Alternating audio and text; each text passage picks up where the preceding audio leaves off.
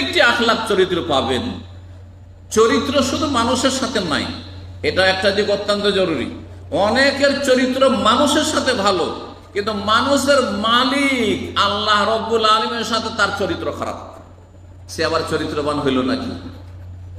বাপ যদি জন্ম দিয়ে এতটা অধিকার রাখে, মা যদি 10 মাস পেটে রেখে এত অধিকার এত হক রাখে, বড় ভাই বোনেরা কোলে পিঠে করে মানুষ করার জন্য এত বেশি হক রাখে, তাই না? খালা ফুফুরা এত বেশি হক রাখে, তাহলে যিনি আমাকে সৃষ্টি করেছেন, একবারে তুচ্ছ ঘৃণিত পানি থেকে আপনাকে সৃষ্টি করেছেন, আমাকে সৃষ্টি করেছেন, এবং এইরকম আল্লাহ বুঝ দান করেছেন, শক্তিশালী করেছেন, এবং কত নিয়ামত দিয়েছেন, ভিতরে নিয়ামত, বাইরে নিয়ামত, চারিদিকে নিয়ামতের নিয়ামত সব আল্লাহ দিয়েছেন।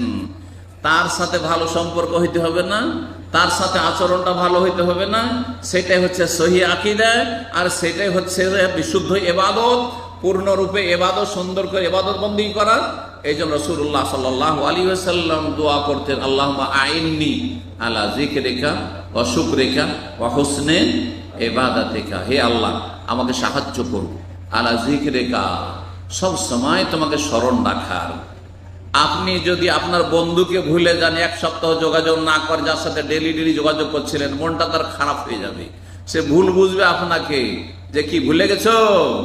আর আপনি ওই সপ্তাহে জুমা পড়া মুসলমান, হ্যাঁ জুমা পড়া মুসলমান, যেই সময় আল্লাহর পক্ষ থেকে আল্লাহর হুকুমে ডাক দিচ্ছে মুয়াজ্জিন ফজরের নামাজে, জোহরে, আসরে, মাগরিবে, এশায়, আর সেই সময় আপনি ঘরে আড্ডা দিচ্ছেন, না ঘুমাচ্ছেন, আল্লাহর সাথে আপনার সম্পর্ক ভালো?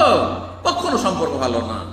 এই জন্য আগে রবের সাথে চরিত্রবান হইতে হবে, আর সেটা সহি আকীদার মাধ্যমে, শিরক বিদআত পরিত্যাগ করার মাধ্যমে, আর বিশুদ্ধ পূর্ণ ইবাদত হইতে হবে। কমপক্ষে ফরজ ইবাদত বন্দেগীগুলো অবশ্যই কায়েম করতে হবে, তারপরে সুন্নত নফল যতটা সম্ভব করে যেতে হবে।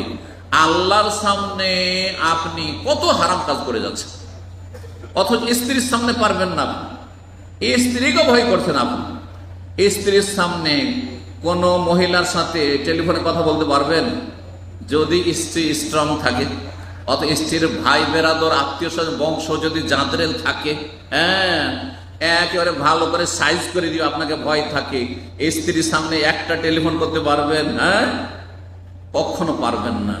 আর রবের সামনে অহরহ আপনি গুনার কাজ করে চলে যাচ্ছেন, যে রব যে কোনো সময় ধরে নিতে পারে, যে কোনো সময় পাকড়া করতে পারে, যে কোনো সময় সাজা শাস্তি দিতে পারে, যে কোনো সময় হালাক করে দিতে পারেন, যে কোনো সময় আযাব নেমে যেতে পারে। একটু ভয় করেন না আপনি? আল্লাহকে লজ্জা করেন না?